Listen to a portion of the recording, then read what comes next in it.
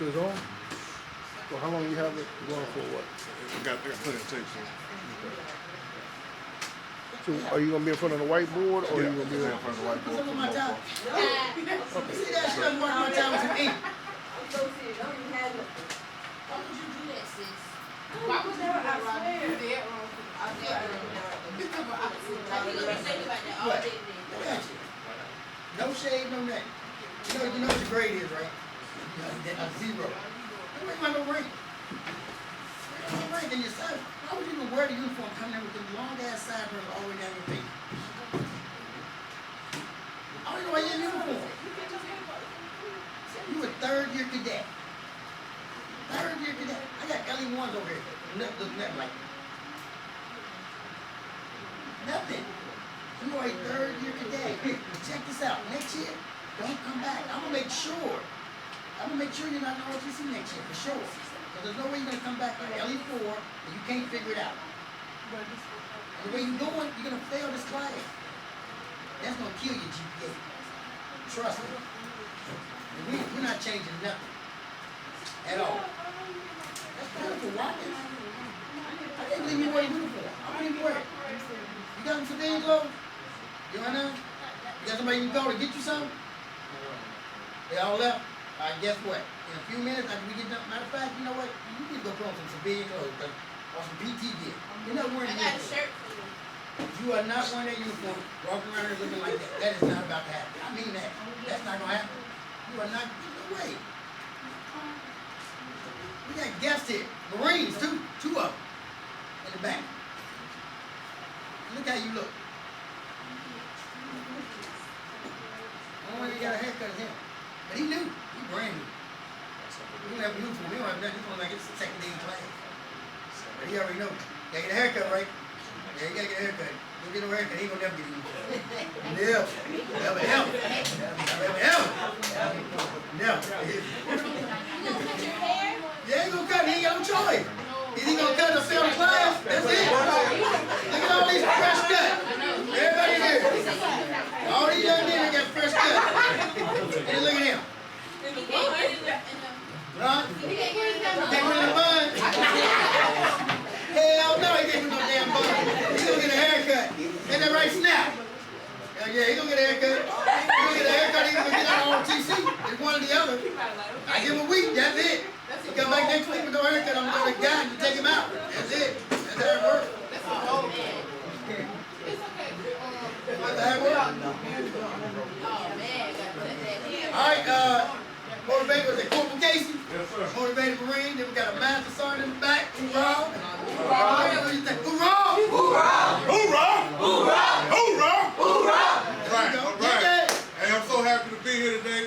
I'm a motivational speaker here in the Jacksonville area. Once upon a time, and well, as y'all know, once a Marine, always a Marine. But once upon a time, I wore a uniform every day. Once upon a time, long time ago, before the Marine Corps, I'm gonna tell you a little bit about myself. A little before Marine Corps, I'm gonna take you back to the freshman. Look how many freshmen we got in the room. I'm gonna tell you about my freshman year in high school. My freshman year in high school, I went out for the football team. Anybody play football then? I played on the football team. I know you know about up downs then, right? Okay, we was on the field. Yeah, he's the sub. Go ahead and give him paperwork. All right.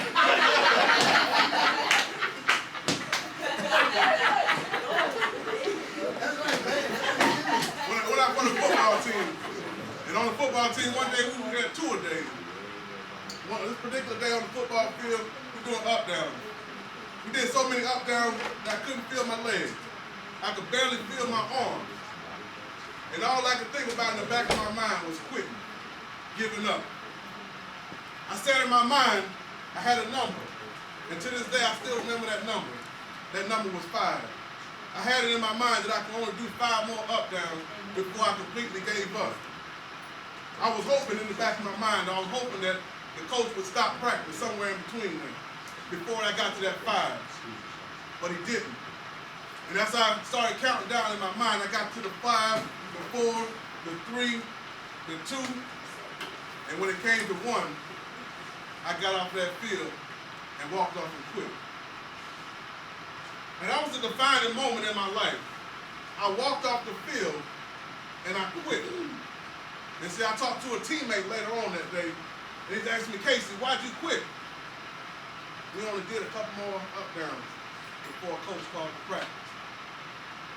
You know why I quit? Because I didn't have it here. And I didn't have it here. It comes down to mental toughness. But see, on that day when I quit, I changed the course of my life. You see, when you do something, and then you do it again, and then you do it again, no matter what it is, it makes it easier to do the next time. And so just so happened this time I quit. So the next time I quit, it became a little easier. The next time I quit, it became a little easier. Till it became to the point where I became a quitter. I became known as a failure. People began to talk about me as if I would never amount to nothing. And in my mind, I believed it. I believed that I would never amount to nothing. So I went through high school. I graduated, but just barely, because I didn't take it seriously. I didn't take it seriously.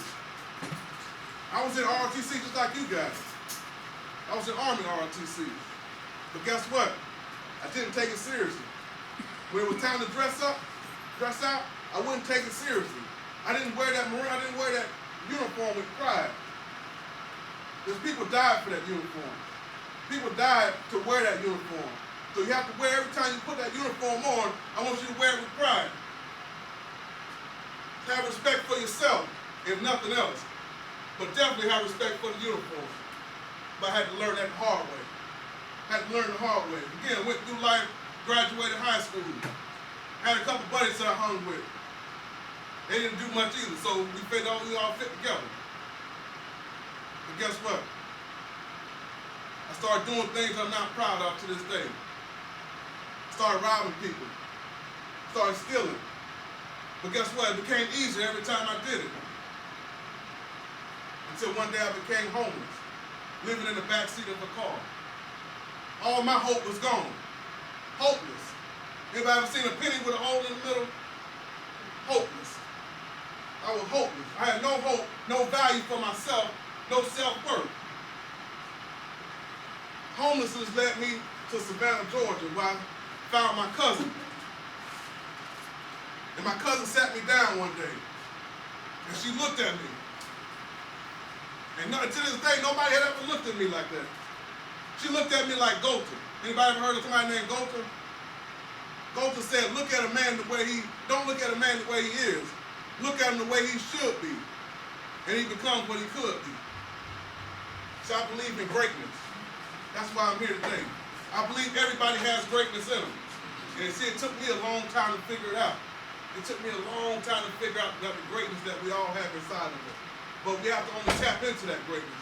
We all got to be able to tap into that greatness. The greatness that all of us have inside of us. Don't doubt it. Believe it. And when you start to believe it, believe me, you can achieve anything in this life that you want. But that day, my cousin sat me down, and she looked at me. She asked me a question that changed, again, the course of my life.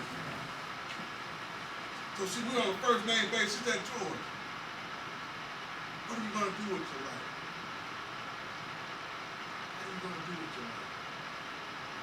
And I didn't have an answer for it. I was lost in this big old world, this cruel world. I was lost. I didn't have an answer. But I spit out the first thing that I knew. I said, well, I thought about going in the Marine Corps. I had a Marine Corps recruiter come and talk to me. I thought about it. And she looked at me again. She said, no, don't think about it. Do it. She said, you need some structure in your life. You need some discipline in your life. And I think Marines will be the ones to do it for you. I said, okay, no problem. No problem. At the time, I had a warrant from her. I had to pay $300. I didn't have that kind of money on me. But my cousin wrote me out a check, $300. And she said, here, go pay those people, and you go in the Marine Corps and make something of your life. So that's what I did.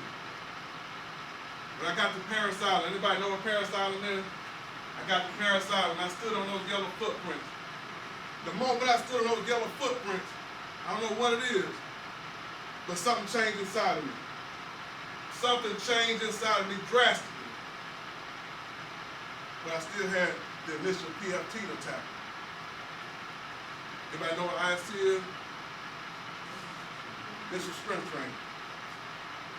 We had to run, do some pull-ups, and sit up. But the crunches and the pull-ups I had no problem with. I never had a problem with pull-ups and sit-ups. But that run, I tell you what, something about that run, I knew in the back of my head that run was going to give me some problems. And guess what? It did. I didn't get even probably a half a mile into the run where I quit. I completely gave up once again. Why? Because by this time, quitting became easy to me. Quitting became easy to me. So they put me in what's called a PCP, physical conditioning platoon. And we call it pork chop platoon. Pork chop platoon. Home of the fat body. Fat body. The people that can't hack it. That's what they Not put me. hack So I had to pass that initial strength test 2 times consecutively before I was able to get out of there. That night when I laid in my rack, I made up in my mind that I was going to do whatever it took. I met a drill instructor who again changed the course of my life.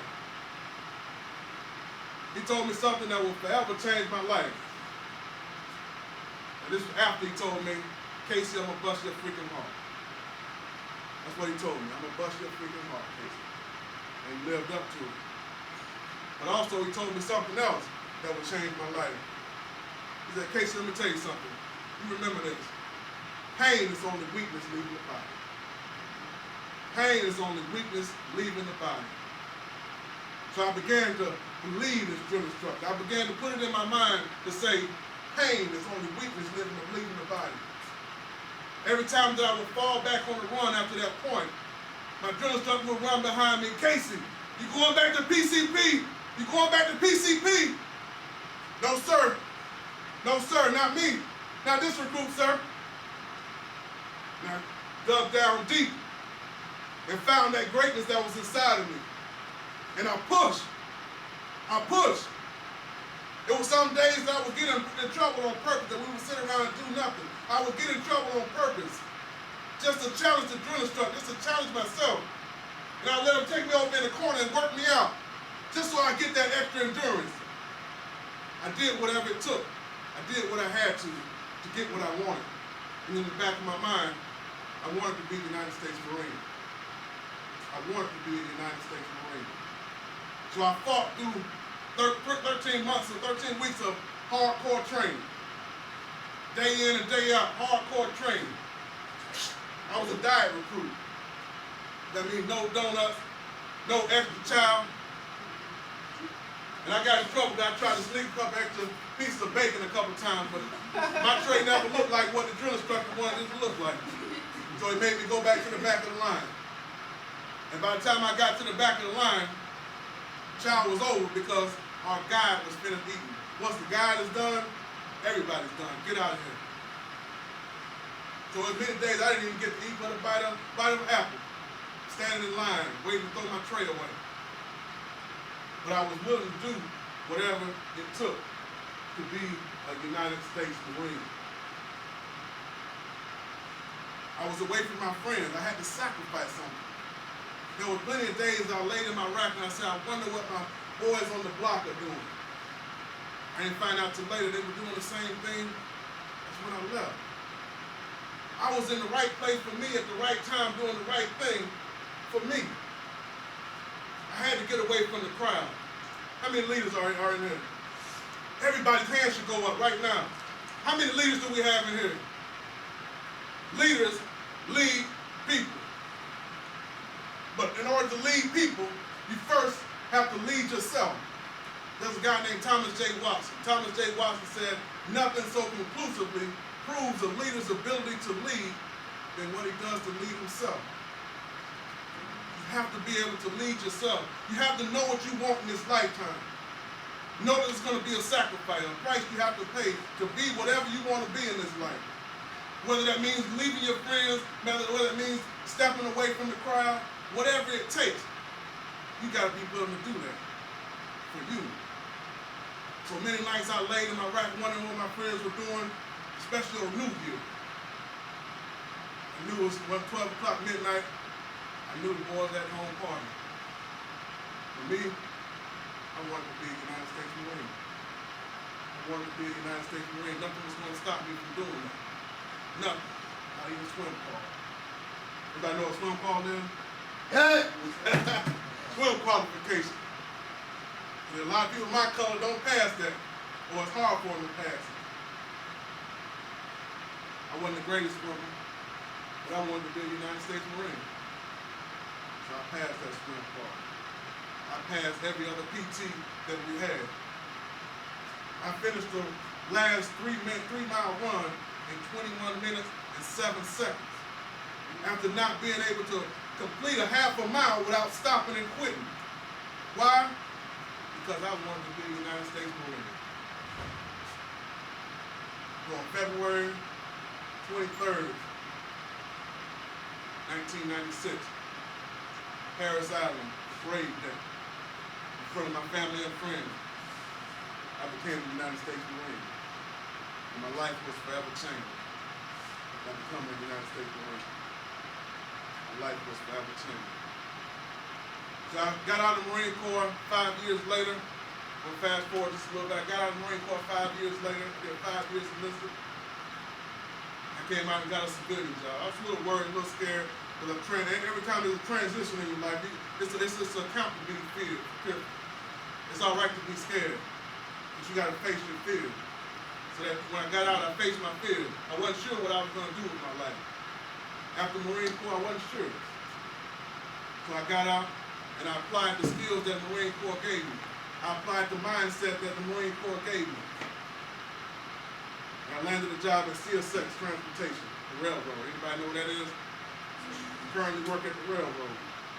I've been there for 14 years now. And over the last 4 years, something hadn't been sitting right with me.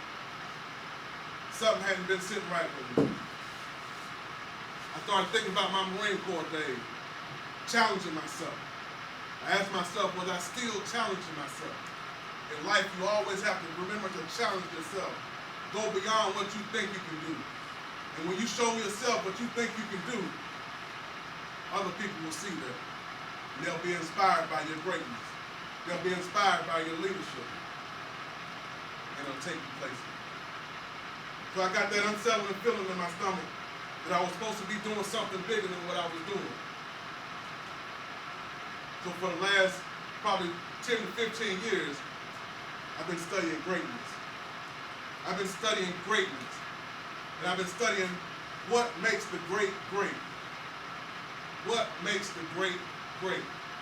I told y'all earlier, I think everyone in this room has greatness in it. You only have to discover your own greatness. You can do whatever you want in this life. And I'm going to give you success principles. So again, I started studying what makes the great great. And the person that I started off studying is one of my favorite persons of all time. The champ. The greatest of all time. Anybody know who that is? Muhammad Ali. Greatest of all time. The greatest of all time. G.O.A.T. So I took the acronym GO, and I came up with success principles for success. It starts with G. You have to be able to set goals. Everybody has to have a goal in life. Hey, write this down. Y'all take y'all something to write this down. Goal. Give you a couple minutes. Hold on one second. I'm going to write this down.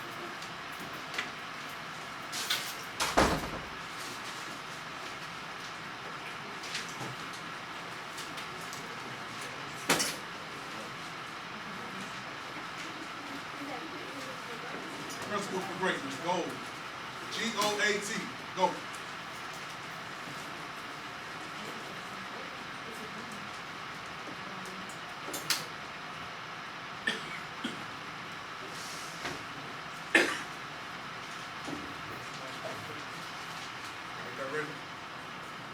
Again, it's GO. G.O.A.T. The G stands for goals. You have to be able to set your goals. You have to know what you want in life. That's the starting point of any successful venture. Any success starts with knowing what you want to do, knowing what you want to accomplish. All leaders have to have a vision, and they have to know what they want to accomplish in life.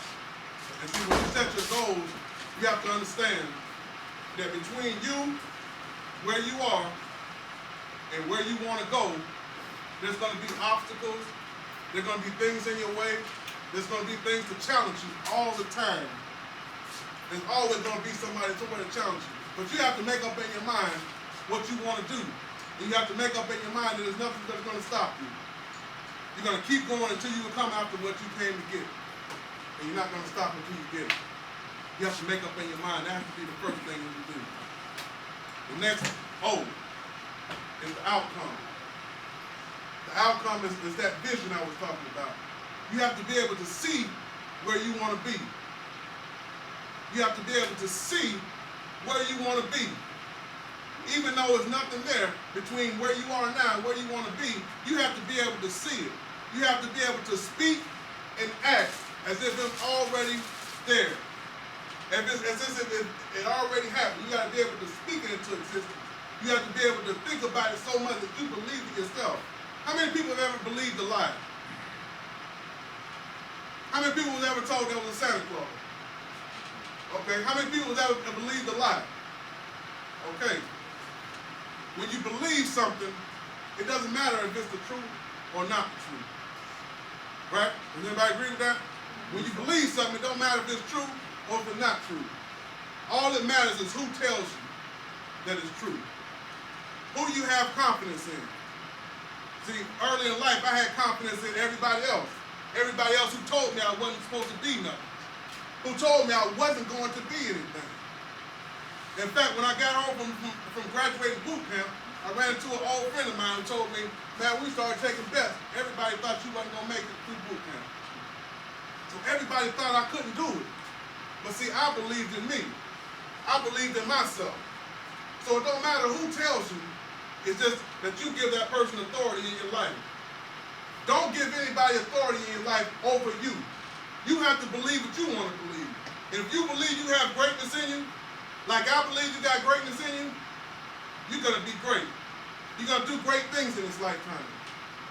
But you got to have that vision. You got to have that outcome that you want to accomplish. And you got to hold on to that picture until it becomes a reality. The next one is A. This is a big one. Accountability. You can't accomplish anything in life without having accountability. Where you are in life is not because of anybody else. Where you are in life is because of you. Where you go in life is not because of anybody else.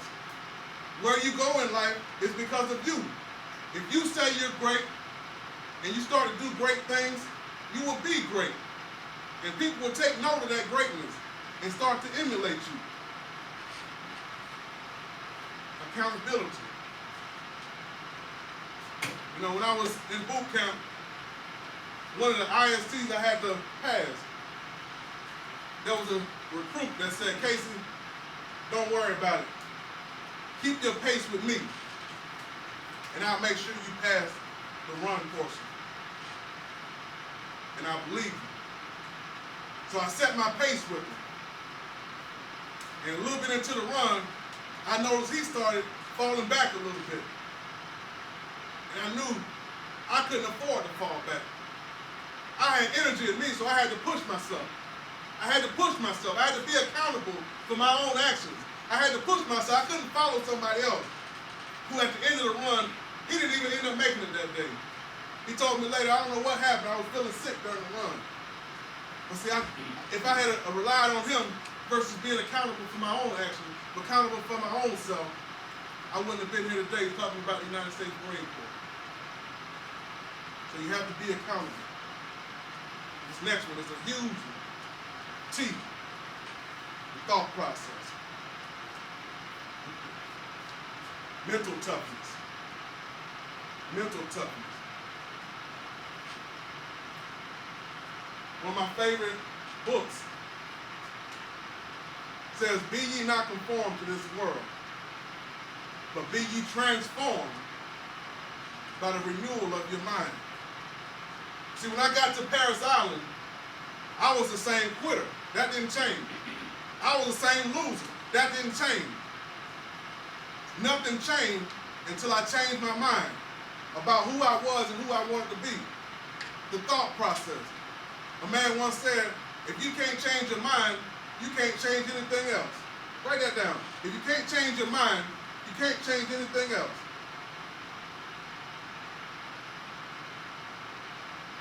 So you have to be able to change your mind state, your state of mind. And normally what happens is the people we hang around with, without us even noticing it,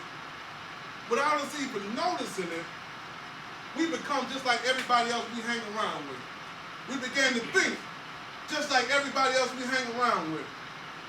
So in order to make sure you change the way you think, you have to be around people who think the way you want to think. You have to be around people who think the way you want to think. There's a story about an eagle. He was born to a chicken. A chicken found a hen found that egg and went and laid on that egg and sat on it until it hatched. Now, that eagle was still an eagle. But he was born into a chicken environment. So he began to do the things that the chicken did. He began to act like a chicken acted. In his mind, he believed he was a chicken. But see, all the chickens looked at that eagle and they knew something was different about it. They knew he was definitely no chicken. No doubt about it, he was an eagle. But we can't tell him he's an eagle. We can't tell him he's an eagle, because if we tell him he's an eagle, he'll be better than us. He'll know that he's better than us. He'll know that he's better than us. See, one day that eagle was hanging out in the yard. And see, his biggest aspiration was to jump up high on the fence post and cock-a-doodle-doo with the other chicken. Until one day he was playing in the yard and he saw a big shadow come across the ground. He saw a huge shadow come across the ground. And on this particular day, he looked up higher than he had ever looked in his life. And what he saw was an adult eagle flying in all his splendor. And the eagle said to himself, "Oh, I wish I could do that. I wish I could fly like that eagle." And that eagle, as he flew in the sky, he looked down at that eagle, that baby eagle, and he knew he had to help him. So he swooped down and he began to speak life into that eagle. He looked at him and said, "Boy, you ain't no chicken. You ain't no chicken. You're an eagle. You were born to do great things in this lifetime. You were born to soar." Anybody know where eagles get their rest at? Eagles get their rest in the sky, between flight. So when you get restful, and you get weary, remember, you ain't no chicken. You're an eagle. You have to begin to circulate, and you better surround yourself with other people who like you, other eagles, other great people, other great leaders, and you'll become greater. The thought process is very important. The thought process is very important. See, in life, we don't get what we want. We can get what we are. And we are what we think we are. Whatever you think you are, that's what you are. If you find yourself thinking that I'm not good enough, that's exactly what you'll be. Not good enough. But if you begin to think of yourself as great, that you have greatness inside of you, then that's what you'll be. Anybody know how Muhammad Ali got started? He got started because somebody stole his bike. When he was 12 years old, somebody stole his bike. And when he came back and he found his bike was gone, all he wanted to do was beat the person up that stole his bike. That's all he wanted to do was get revenge on the person who stole his bike. That was his mind state. That was his mind state. He wanted to get revenge. So he found somebody, he found a police officer that day, and he told him that somebody had stole his bike. And he said when he finds that person, he's gonna whoop him. It just so happened that police officer owned the gym. And he told Muhammad Ali at the time it was Cassius Clay. He told him, if you're gonna whip the person who stole your bike, at first you're gonna have to learn how to fight. So he began to bring this young Cassius Clay into the gym and train him. At first, Cassius Clay thought he was just training him to whip the person who stole his bike. But when he was in the gym, when he started working out, he found something a lot bigger than revenge. He found his true calling. The guy Mark Twain said, write this down, 2 most important times in a man's life are the day he was born and the day he finds out why. The 2 most important days of a man's life are the day he was born and the day he finds out why. Everybody, everything in this lifetime has a purpose. These desks have a purpose. These walls have a purpose. The windows have a purpose. Trees have a purpose. The sun has a purpose. Everything in this lifetime has a purpose. The 2 most important days of the day of man's life are the day he was born and the day he finds out his purpose. When you find out what you're supposed to be doing, when I told you I started working, I was making good money. I'm still making good money, but I know inside of me something is bigger. My purpose is to take my story of failure. My purpose is to take my story of turnarounds and come and teach young kids like you, young adults who are about to graduate in less than 4 years, who are about to go into the same cold, harsh world that I entered, not knowing what I was supposed to be or what I was supposed to be doing. I want to give you guys the edge going out into this cold world.